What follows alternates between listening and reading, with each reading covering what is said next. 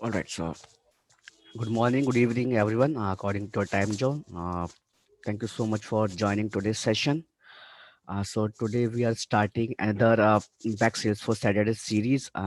So, this series consists of two sessions, uh, and we have our very special speaker for this two session series, Eric Dreshfield.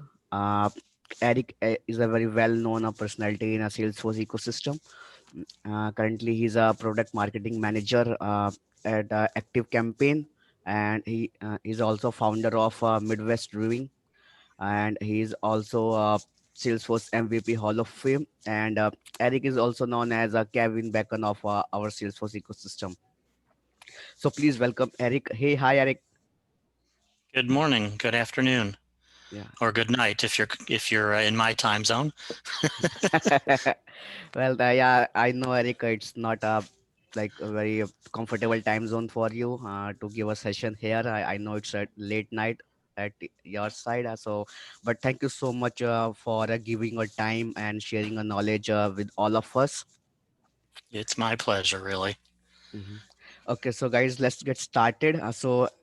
As I told you, we series is of two sessions. So today's we are starting with our first session, and this session is based on personal personal branding knows no boundaries, means what's the importance of personality branding. Okay, and Eric will explain, and then later week next week on the same time, same day, we have another session with Eric, and want to more on sales and diversity or workforce.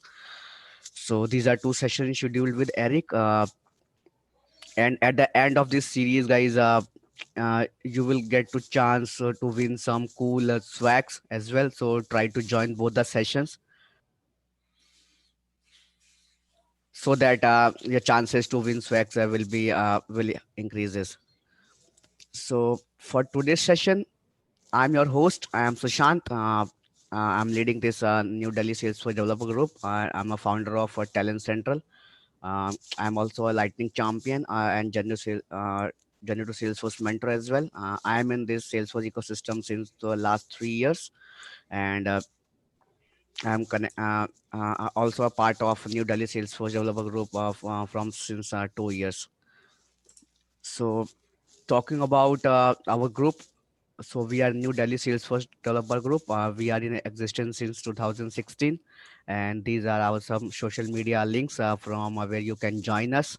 You can follow us on Twitter. This is our official hashtag Impact Salesforce Saturday, and we have also our Trailblazer community group. This is a URL, and we also have our official website New Delhi SFDC. So you can visit this website and you can see our upcoming sessions as well as our past sessions. And we on our website we uploaded every session's recording as well as slides. So if you want to uh, get some information about any topic what we have conducted in previously in the past, so you can follow this website and this is really helpful. These are our some initiatives I will talk about one by one. uh, let's move ahead. So one of the most important or one of the most like famous or initiative what we as a New Delhi developer group works on is Impact Salesforce Saturday. So Impact Salesforce Saturday is basically a series of online sessions, and we as a team try to host one session every week on Saturday or either on Sunday. uh, timings maybe vary according to our speakers. And so previously, this particular initiative is known as Virtual Salesforce Saturday, but then we have rebranded it a few months back, and then now it's Impact Salesforce Saturday. So these are some of our links through which you can find our past sessions as well as the upcoming sessions. And let me tell you guys, we have lots of sessions already scheduled for our upcoming months. So you can visit our website and check out if you want to join our future sessions as well. Talent Central. So this is one of the newest initiative brought by New Delhi developer group in Salesforce ecosystem. So this is something like your not Naukri.com, Monster.com, or Indeed.com. So it's a job portal of especially for students who are looking to get your first job in Salesforce ecosystem. So this portal will connect you to the HRs, and again same for HRs. HRs can register themselves on this portal, and they can find some suitable resources uh, for their companies as well. So if you have not registered till now, I would urge you, if you are a HR or if you are a fresher who is looking for a job in Salesforce ecosystem, then please take the benefit of this portal. And let me tell you guys, uh, we already have around 800 plus student registered, and more than 20 HRs registered on our website, and hiring sessions are still going on. And in past we already have our first success story uh, from our Delhi NCR region. One of a guy got placed from this portal in one of the reputed partner companies of Salesforce. So this is really helpful if you are looking for a job. Mentorship Central. This is one of our oldest initiative. Uh, this is something again. This is a matchmaking site for those who are new to the Salesforce ecosystem and looking for a guy or looking for a mentor who can teach them, or who can uh, let them know about how to learn Salesforce and how to kickstart your journey in Salesforce. So you can, if you are a fresher or if you are a newbie to Salesforce ecosystem, you can register on this portal as a mentee.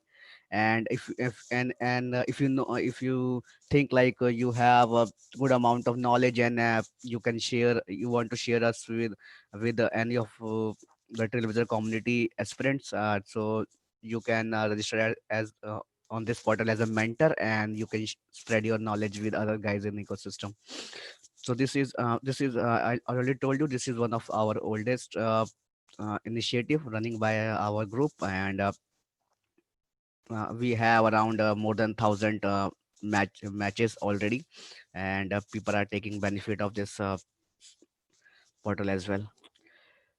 This is not our New Delhi official initiative, but since we, the leader of New Delhi, me, Sagar, and Atul, we are connected with this initiative known as Journey to Salesforce. This initiative is basically in conducted by or taken care by our our New Delhi, sorry, our Indian dev relation team, the Salesforce official team, led by Kiran, Vishwa, Nitisha, Satya, and other guys. So if you are if you have experience, or if you are from some different technology and want to switch your career into Salesforce, then you can take the benefit of this Journey to Salesforce series. Journey to Salesforce is an official program which consists of like you have to complete a trail mix of 5 sessions, and then at the end of the session, if you are if at the end of trail mix, if you are eligible, then you will get some recruitment notifications from a Salesforce team itself. And within this initiative, Salesforce organize one event on every last Saturday of each month. So if you are not registered, get registered with this initiative. And let me tell you guys, one of the most benefit, also benefit is like after completing every trail mixes, you will get lots of swags and certification vouchers as well, if you are eligible as per the term and conditions mentioned in this initiative. This is a Telegram URL. So if you want to connect with this initiative running by our awesome development team, then you can connect them on this Telegram group. So the final slide. These are our social media links. You can follow us on New Delhi. If you want to subscribe our channel so that you can get our future updates or updates our initiative, you can go to our official website and you can register with us. Mentorship Central, if you are interested in Mentorship Central initiative, then you can follow this link. This is We have also our official YouTube channel. All the past sessions has been already uploaded, so you can get the benefit of this portal as well. Follow us on Twitter, follow us on LinkedIn, and we also have our official Telegram group.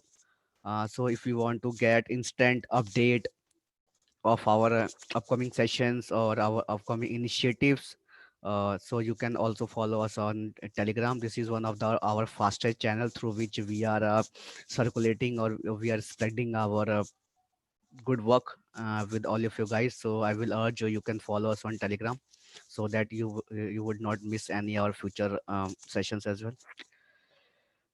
At last, thank you so much for our sponsors, Cloud Vandana and Agriopus. Thank you so much, guys, for being a part of this group and supporting us from a very long time. Thank you. So, over to you, Eric. Stage is your, and go ahead. Thank you. Very good. Let me get my screen shared.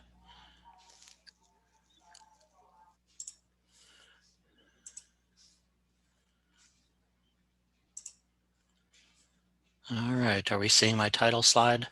Yes, I can see it. Awesome. Then I shared the correct screen. Love it when that works. Well, hello, everybody. Again, thanks for joining us. I appreciate you being here. I don't know if I need to cover this bio slide about myself. You covered most of that already. So I'll just leave it up there for a moment. If anyone wants to jot down my Twitter handle or my LinkedIn profile, you can certainly connect with me in those two places. I'm happy to have conversations through those methods with just about anybody. So what are we going to talk about today? I'm going to give you a brief overview of my journey, how I got into Salesforce and the path that I've kind of taken once I've been in the Salesforce ecosystem. And then we'll talk about what a personal brand actually is and how you can go about starting a brand and then building your brand. And then finally, what the outcomes or results of a strong personal brand can bring you. So my journey is a long and winding road. I'm starting this journey all the way back in college in the upper left corner, Cincinnati Bearcats. I went to the University of Cincinnati, got a degree in economics of all things. Not exactly sure how I landed in that. I can't really recall back then. But then, I worked a bunch of different jobs. I worked at the university for a while in a couple roles. I worked at a different university in their student accounts office for a while. And then I ended up working for an airline for a few years, which was a really interesting role, really challenging, learned a lot about that industry, and a whole ton of things about data. That company had data scattered all over the place, and my job was to try to consolidate it all so management would understand everything. Then I worked at Walmart's corporate headquarters for a couple of years, supporting a bunch of their buyers in what I jokingly call the adult toy department, computers, video games, music, movies, those types of things. And then I landed a role at MetroNet, which was an internet service provider. And my position there was essentially managing a federally funded program that the company was using to get fiber to the home networks built in rural communities around the Midwest. I had a little bit of a run-in with my boss one day at that job, and 6 weeks later was out of a job. I kind of told the president of the company that his expectations were a little bit unrealistic, and something he wanted me to have done in 3 weeks I thought was going to take me 3 months, and he just didn't like that. So then you can see the dots go sink down to the bottom of the page, and they get really dark, and then they jump back up in 2009 when I landed a job with Mitchell. International. That was my first job in the Salesforce ecosystem.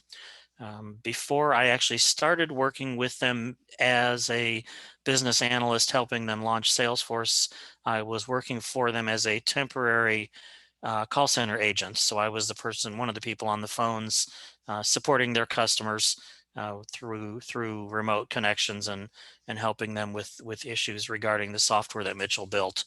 Um, just pure luck, I think, is what really got me into Salesforce.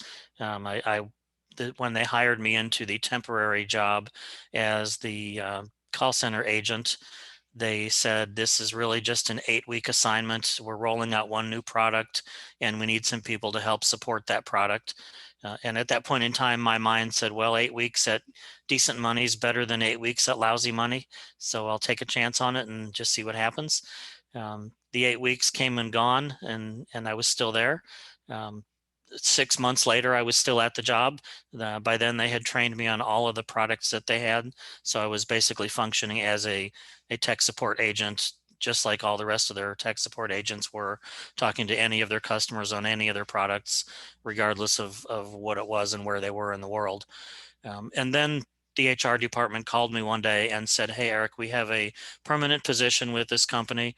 It's doing what you're doing today. It's exactly the same role you're in, but there's more money because you'd be a direct employee and there's benefits.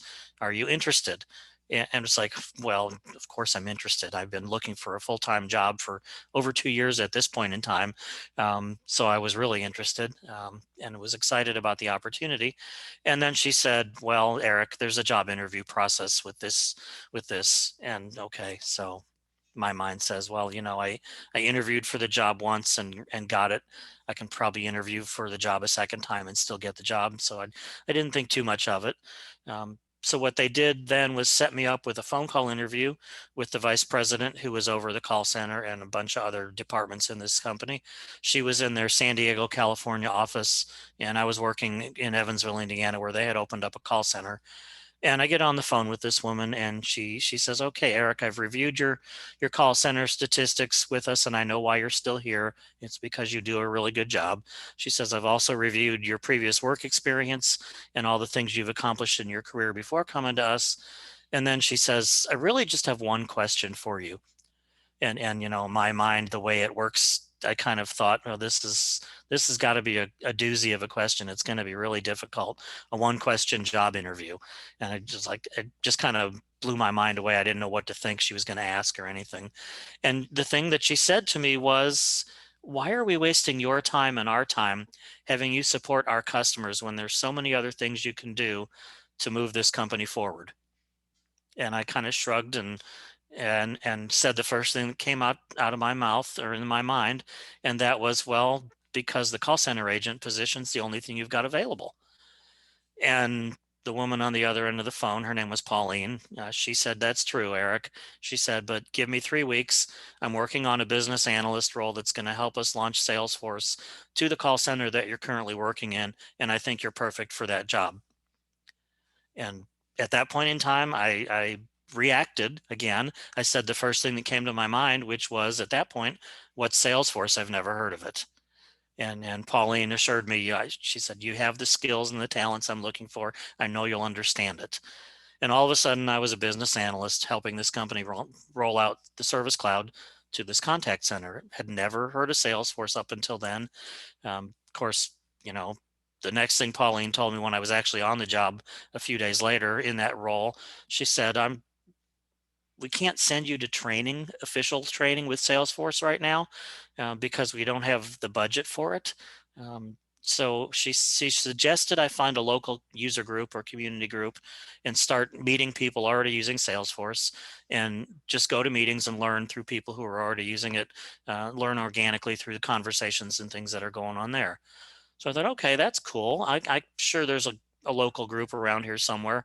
Well, the map you see on the screen, I was living in that little red dot, Evansville, Indiana, and all the blue dots that are on the screen are 2.5 to 3 hour drive or further away from my house. And those were where there were local community groups at that point in time. So I drove 6 hours to Chicago to go to a meeting. I drove 3 hours to St. Louis. I went to Indianapolis. I mean, I spent a day and a half, a month or so for the first 6 months of my job going to these community group meetings to meet other Salesforce users and start learning everything I could about what Salesforce had to offer from these other people who were already using it. And I got to the point where I thought, this is kind of silly. I can't really be the only person in Southwest Indiana using Salesforce. So I found somebody at Salesforce to ask the question of, hey, what's it take to start a user group in my area? And their response back to me was not what I expected. I figured they would say, well, here's the process. Here's what we need to do. We need to find someone to lead it. We know there's customers in the area and things like that. But their reaction to me when I said, what's it take to start a group was, hey, thanks for volunteering to lead the group. Um, not what I expected, and not what I felt was appropriate, because I didn't know anything about Salesforce really. I was there because I wanted to learn. I wanted a group in the area to slow my travels down, but for me to find people locally that I could talk to more often than once a month or so to learn more about Salesforce. So that woman and I had a couple more conversations, and she convinced me that maybe I was the right person to lead a Salesforce user group in my area because I was so hungry and so curious to learn. So I launched the user group in 2010. Um, it was about a year after I first started working on the platform that I held my first meeting. I think I had 5 people show up besides myself. I'm still leading that group today. It's changed names a couple of times here and there. Those 5 people who were at that very first meeting still come to meetings or attend them virtually, as in the case of right now. Um, and so that was great. I mean, it helped me understand a little bit more about Salesforce. Whoops. Hang on. I'm bumping buttons. We'll get back there. There we go. Um, so it was good. I was leading this group and I was learning still. Um, so then the next thing that I learned about was Dreamforce in 2010, and my manager said, Eric, sorry, we can't send you to Dreamforce this year. We don't have the budget. Our Salesforce administrator needs to go. Our developers need to go. Senior management needs to go. But we don't really have the budget to send one more person. So unfortunately, she said, you're going to have to either, if you want to go, she says, we'll give you the time to go so you can, but you'll have to pay for it on your own. It's like, yeah, I can't afford that. I mean, but a week in San Francisco, even back in 2010, was pretty expensive.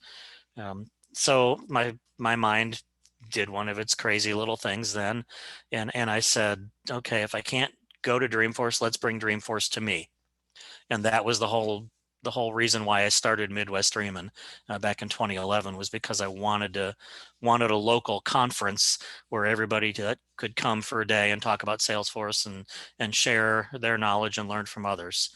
Um, Throughout the course of the next few years, my Salesforce journey led me to a couple of different companies. I was named an MVP first in 2013, um, and every year since then, up until 2019 or till 2020, I guess, when they put me into the Hall of Fame, which essentially is an MVP for life.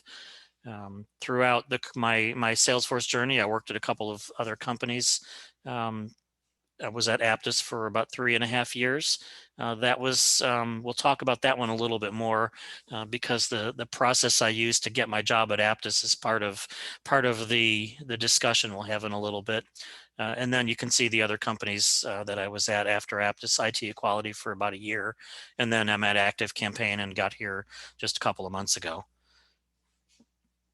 So let's talk about a brand first, so everybody can kind of understand what a brand really is. And obviously you see 3 logos on the screen that I'm sure are pretty widely recognizable. Everybody knows Coca-Cola or Apple Computers or Salesforce, and you recognize those brands and you know what they're all about, just simply based upon your experience with them perhaps, or reading about them in the newspapers or online, or maybe you pick up your phone and it's got the Apple logo on the back because you're an iPhone user. But just simply by seeing the logos, it brings something to your mind about what this company is all about, what products or services they have to offer, and you know them just based on the logo. It's identifying them as a very distinct product, a very distinct company versus others that are out there. So from the perspective of a personal brand, that's what you need to try to do as a personal brand, is to build something that's going to be recognizable as you. And on the screen now you can see four different logos, if you will, and the names of the people associated with those brands. Rad Women was founded by Melissa Hanson, Angela Mahoney, and Karen Jameson.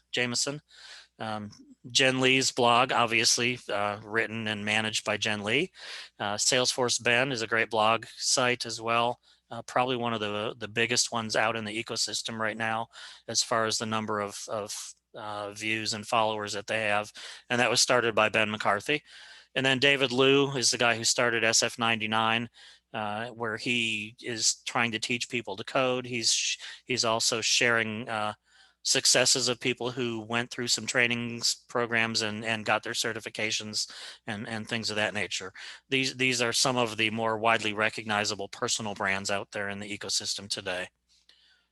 There's another one out there that some of you may have remembered from a while back, the button click admin. That was actually started by Mike Gerholt before he was working at Salesforce. He had built this brand, the button click admin, really widely known. Everybody knew him. He was putting out a lot of great content about Salesforce administrators and how they need to work and what they need to do and the challenges they face. And then when he started working for Salesforce, the button click admin kind of disappeared and became the Salesforce admins podcast that Mike took over and started running when he got the role at Salesforce. So this sort of illustrates tip number one of my 4 tips to building a personal brand. Don't be afraid to put yourself out there. Do something, start a blog, just get active on social media. Volunteer to present at events if there are any, or group meetings like this one. Just do something that's going to get people to start to recognize who you are and the knowledge that you have and the things that you represent as an individual. So another pretty widely recognized brand out in the Salesforce ecosystem is Steve Mollis, or Steve Mo, as some people call him. He's used a Charlie Brown character in his icons for quite a while. He's also been known to use some colorful language in Salesforce presentations and drop the F-bomb fairly often. So he always puts, instead of the traditional safe harbor statement, he always puts a explicit lyrics warning, if you will, into his presentations. So these 2 logos are things that I at least personally kind of associate with Steve.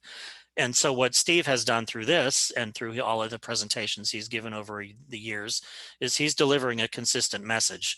And that's tip number 2 in building a personal brand. You deliver a consistent message because that helps you gain trust with the people following you. They know what to expect. And as that progresses and you gain more followers, everyone starts to expect certain things from you. And that builds the trust and builds your personal brand, and you can grow your own personal brand through that. So the next thing that I want to bring up, tip number 3, is stay engaged. For example, social media. If you post something on Twitter, for example, and someone posts a comment, like their comment. If you want to say something back, that's great. Reply and post a comment back to them. My images on here and the wording I say is it's a 2-way street. Don't just post it and forget it. My wife was a real estate agent for a while, and I remember one thing that she used to talk to me about: other agents in the real estate business. Some of them would simply get a listing for a sale and they'd post it and forget it and assume the rest of the agents were going to bring them business and find buyers for them. So it works okay in that industry, but if you're a real estate agent and you're a real go-getter, you're going to go try to find buyers. So that's a 2-way street. You're taking the listing for the sale, but you're also working to find the buyers. So from a social media perspective, from a building your own personal brand perspective, you need to engage in conversations when someone engages with you. Occasionally, you'll get people who say things that you may disagree with, or literally may try to start an argument with you over what you've said. My suggestion there would be take the high road. Don't argue back with them. Just simply say, hey, that's an interesting point. I never thought about it that way. Thanks for your input, and leave it at that. Chances are they'll drop the conversation and it won't go any further. It's, my wife always tells me this about our children. You have to choose your fights carefully. And sometimes you got to realize it's better off to just be nice and not say anything at all. So that's my social media tip for you there, I think. Um, Tip number 3 on building a personal brand: follow your passions.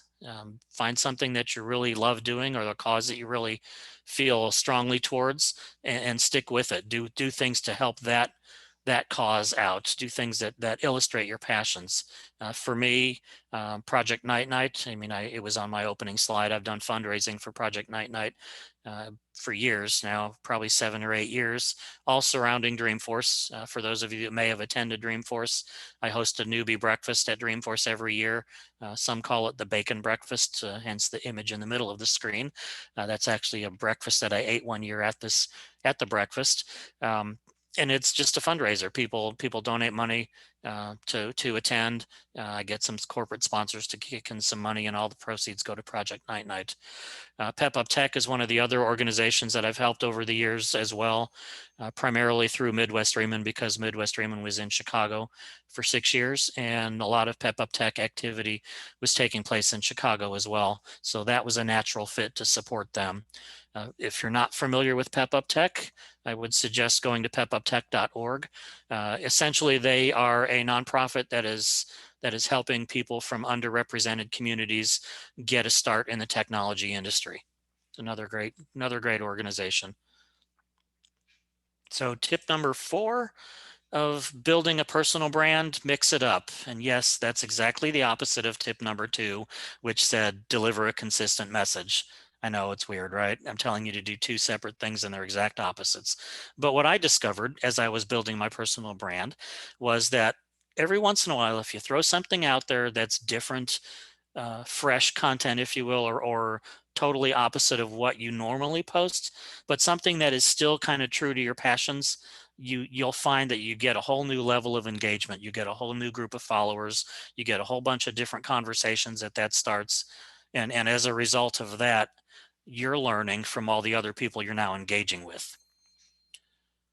So those are the 4 tips to building a personal brand. So what happens once you finally get to the point like where I am, where you have a strong personal brand? What can you expect from that? Well, recognition is one thing. I mean, people in social media are going to know who you are. The Salesforce community, your colleagues and your managers are going to recognize you for some of the skills you have. When I was first named to Salesforce MVP back in 2013, I was working at a company called Mead Johnson Nutrition. They are a manufacturer of infant nutrition products. And part of what happened at that company, because they work in a regulated industry and because they're a large organization, anytime one of the employees wanted to use the company logo or mention the company in a presentation or anything like that, it had to get run through the legal department of the organization to make sure everything was going to be acceptable. And so when I was awarded the Salesforce MVP title, um, they of course wanted to know who I worked for and what my job title was. So I had to run all that past the company and past the legal team. And so when my manager discovered Eric's a Salesforce MVP, he dug in and found out what that really meant, and made a big deal of it within the company when I was first awarded the MVP title. So other things that can come from holding a strong personal brand: speaking engagements. Like for example, right now, you can certainly speak at community groups, or community-led events as well. The opportunity to become a mentor for other people seems to come pretty regularly to me. I get people asking all the time just to have a conversation around career opportunities, or can you take a look at my resume and give me some feedback, those types of things. And I've been in the ecosystem over 10 years now. I've seen a lot of growth in this ecosystem. I've worked on the customer side, I've worked on the partner side, so I kind of know a lot about the ins and outs and the intricacies of how this ecosystem works. So I enjoy those conversations and the opportunity to help other people learn and grow and better their career. And ultimately, the benefits of a strong personal brand can lead you to new employers and new career options. And kind of like the image shows on the screen, more money because you may get a better job. Um, and so going back to my career journey slide, let me get back there real quick and we'll talk about that a little bit more. We're almost there. There we go. So my career journey, um, from Mitchell to Mead Johnson was one of those transitions that I think I credit to the Salesforce community. I started the user group after I was working at Mitchell, and one day at a meeting of the user group, this guy from Mead Johnson shows up at the meeting, and he's just we're going around the room introducing each other and talking about where we are in our Salesforce journey, and what our companies are all about and things like that. And he stands up and gives his name and says, "We're rolling Salesforce out in a couple of different departments in about 3 months from now, and we're still looking to fill out our team. We're still looking to hire a few more people." Um, and so my first thought was, oh hey, that's great. That's a company. It's a really well known company in my city. I've applied for jobs there before and never gotten past the first or second round of interviews. Um, and I thought, well, now they're using Salesforce. I know Salesforce.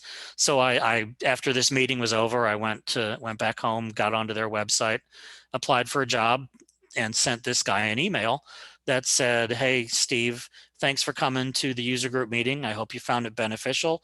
Thanks for sharing your story about where you are and where your company's at. I hope you'll come to future meetings." And then I said, "And oh, by the way, watch for my resume. I just submitted an application for one of your positions." 3 weeks later, I was on the job. I mean, literally, it was that fast from that email to the interview process to me being hired was 3 weeks. And after the interview process were over and I had accepted the job, Steve told me one of the reasons that they hired me was the thing that made me stand out stronger amongst the other candidates. He said was you took the initiative to start a user group and you lead that thing. He said that he felt like that was a big deal. And so that, in my opinion, was the community helping me get that role. So it was fun. I mean, I enjoyed the challenges of working there. I learned a lot, saw some things I had never seen before. So I got the opportunity to dive deeper into Salesforce. Um, Went to Dreamforce a few times. At Dreamforce 2014, 2 years later, I happened to stumble across a demo of XAuthor from XAuthor for Excel, one of the Aptus products, and just sort of fell in love with the product. If you haven't ever seen that before, it's essentially Excel as a front end to your Salesforce. So anything you can do in the browser with Salesforce, you can do through Excel. All of your permissions and restrictions and things are still enforced. So for example, if you're a sales rep and in the browser, you can only see your territory and your opportunities and your leads. That's the same exact thing that you would see through XAuthor for Excel. But instead of one opportunity at a time on the screen and refreshing and going to the next screen, you could see them all in a spreadsheet format. You could click on the rows, you can edit things, you can update it, and it updates your Salesforce instance automatically. I saw that product and I thought, wow, this is cool. I want to work for this company. So in the end, at the end of 2014, I started talking to Aptus. I said, hey, I want to work for you. I love your products. This stuff is really amazing. And they were like, awesome, that's great. We'd love to have you take a look at our website, see what kind of jobs are available on our website that you might be interested in, and submit your application and we'll talk. Well, I didn't really see anything that got me too excited, but I applied for a few roles anyway. I met most of the qualifications, or at least half in some cases, but I applied anyway, and they still had a few conversations with me, and we never found a good match. And then the HR person at Aptus finally said to me one day, "Well, we've been at this for a while, and we're not finding something that really fits the bill for you. So why don't you tell us what it is you want to do?" And I thought, well, that's an interesting approach. So I did. I said, here's the stuff I'm good at inside of Salesforce. here's the stuff where I'm passionate about. I mean, I enjoy sharing knowledge, connecting people to those who can answer their questions. I mean, everything about the Salesforce community was the stuff I was trying to emphasize that I'm really big into. And I basically told Aptus, if you can figure out a way to utilize those talents and make it benefit Aptus, let's talk again. And a couple of months later, I get another email from Aptus saying, hey, our marketing department wants to talk to you. So a few months into conversations with the marketing department, and some interviews, and met a few of those people at Dreamforce in 2015, and 2016. I ended up starting to work for them in 2016 and spent a couple of years there as part of their marketing team, primarily doing almost exactly what I told them I wanted to do, which was essentially product evangelism, trying to tout the benefits of their ex-author product, sharing reasons why Salesforce administrators and end users would want to use it, and things like that. Um, Life changed at Aptus when some things happened around the company. They got bought out. Some things changed, and I was came to the conclusion that it wasn't the same place it was when I got there. So it was time for me to move on. And so I simply started talking to people I knew, um, to see, hey, do you know of any opportunities? And I ran into IT Equality at one point, probably in 2017 or so, and learned about their company and what they stood for and what they did, and actually did a little bit of contract work for them to help them revitalize their website and kind of bring it up to the 21st century. And so when I started a conversation back up with their founder, Ashley, she said, I'd love to bring you on board and have you as part of our team, but I can't afford to do that in a full-time manner. We're a small company, we're growing, we don't have enough business to support a full-time hire. And she said, but I can afford you for 100 hours a month at this hourly rate. And if that's acceptable, she said, if you can make that work, great. Or if you can do that and still work another job, she said, I'd love to still have you. And just pure coincidence, probably more than anything, the 100 hours a month that she was willing to pay me at the hourly rate that she wanted to pay was basically my Aptus salary. And based upon everything that had happened at Aptus over the last several months prior to me leaving, um, I was working 65, 70, 75 hours a week because there were so many vacant roles in the marketing department. I was trying to cover lots of jobs and do lots of things. And so it was one of those no-brainer decisions, way less hours for the same amount of money. Yeah, let's do this. So I gladly accepted the role from IT Equality and started working for them, and basically built their marketing program. They were really not doing any kind of marketing or outbound reach prior to me getting there. All of the business they were getting was referrals from Salesforce, and it was enough for then. But the company, they wanted to grow, so they needed to figure out ways to get bigger and to get more active and get more noticed and get more leads. So I joined the company, and I built a marketing program for them and got them started down the path of marketing and getting inbound leads and finding new customers and things like that. Then COVID hit. And like a lot of other organizations, things slowed down. Some of their customers had to back off of their projects because they were impacted by COVID. So IT Quality had to make some cuts as well. I was the only person there who was not client facing, so I wasn't a billable resource to clients because everything I did was not for the clients, it was for the company. So logically, to me, it made sense that I was going to be the one cut, or asked to reduce my hours or whatever, and that's truly what happened. So Ashley and I basically just said, you know what? I said, I've set you all up for success on marketing. If you divvy up the work across your consultants, because they're a little slower now, they should be able to take on small pieces of this. If everybody else chips in, you all ought to be able to keep the marketing machine running, and I'll just walk away. So I'm sure I can find something else. And they said, cool, that's fine. We appreciate that. They offered to pay me for a couple more months while I looked for a job, which I thought was great. And so then I did I did the job search my way. I didn't go looking for jobs. I didn't go to monster.com or Indeed or the Salesforce website even and look for roles. I looked at people I knew and companies I knew really well, and I just sent out an email. I sent out about 25 emails one day that simply said, I don't know if you have vacant positions right now because COVID has really messed lots of things up in the world. Said, but I'm on the job market looking for my next challenge, and I wondered if we should have a conversation. And that was it, plain and simple. And within a few days, I had lots of responses, people wanting to talk to me. Either they had roles that they thought I was a good fit for, or they just simply wanted to find out what I was looking to do to see if they might be able to utilize my talents somehow. And within the course of 3 weeks, I had, excuse me, probably 15 or 20 interviews, landed 2 job offers out of that. Um, and I thought that was great. Um, in the middle of that, somewhere, I get this message on LinkedIn from the chief marketing officer at ActiveCampaign, who was the same individual that hired me to my role at Aptus 4 years earlier.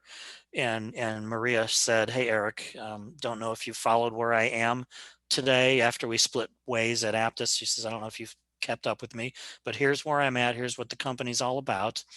And Maria continues in her message, and she says, "So I'm expanding the marketing team. I'm looking for somebody to take a role very similar to the role you held when we hired you at Aptus as a product evangelist." And Maria simply says, "Do you know anybody who might be interested?" And my response back to her was pretty simple. It was, "Your timing's amazing. I'm looking for a new job right now. You and I need to have a conversation." Um, so she and I chatted. A couple days later, I got on the phone with her HR department. I spent a good day or so in a conversation with most of the marketing team that was already there. And within a couple of days, I had an offer from ActiveCampaign as well. So my job search, where I targeted my network and the people that knew me really well because of this personal brand I had built over the years, landed me 3 different job offers. So then I had the tough choice of how do I decide between all these. And that's, that could be a whole nother session. But I looked at the stuff that was important to me, which was not necessarily just salary. Benefits are big. I have a family. I need good medical insurance. The company culture was certainly a big deal for me.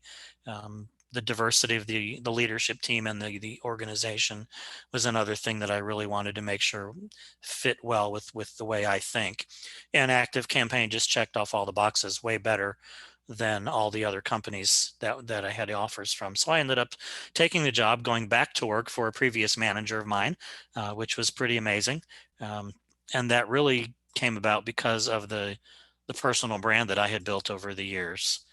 So let's see. Let's get back towards where we were when I sidetracked ourselves. I think I was about done. Let's see, benefits of a strong personal brand. We just talked through all of that. Yeah, actually, that was it. The next thing I had was any questions. Does anybody want to unmute themselves, ask a question, throw a question in the chat window? I'm happy to entertain questions.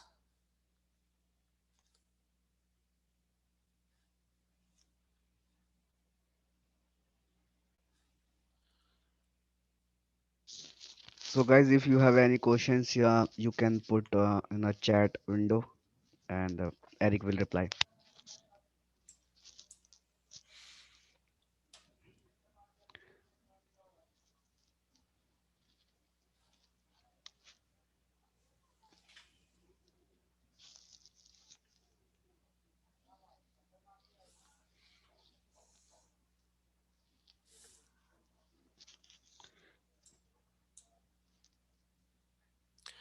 Well, if questions come up later on, you can certainly hit me on Twitter. Or LinkedIn if you caught that on the earlier one. It's I don't remember what my LinkedIn Mhm. profile is, but I'm easy to find on LinkedIn as well. I'm the only Eric Dreshfield out there as far as I know. So Eric, we have one question. uh, it's from Jagdeep. Hi Eric, I am into education industry. Can I make a brand of my own for job market? I think anybody really could create their own personal brand, regardless of what industry they're in. I mean, education is a great industry, obviously. Everybody, we talk about it all the time in the Salesforce ecosystem, that you need to be a continuous learner. You need to constantly be increasing your skills and learning new things. I mean, and the education industry is certainly, there are lots of Salesforce customers in the education industry.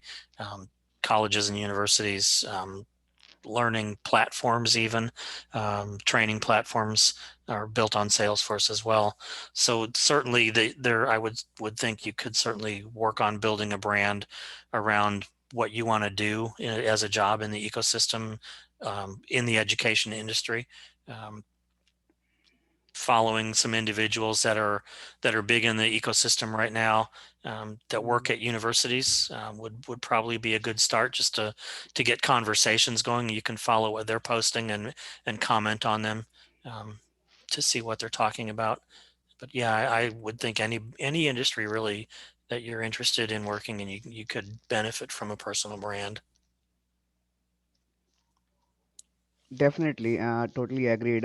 So, guys, means like it's not limited to one or two industry or for a specific industry. It's basically like how you are performing or what task or what activities or what initiatives you are doing in that industry.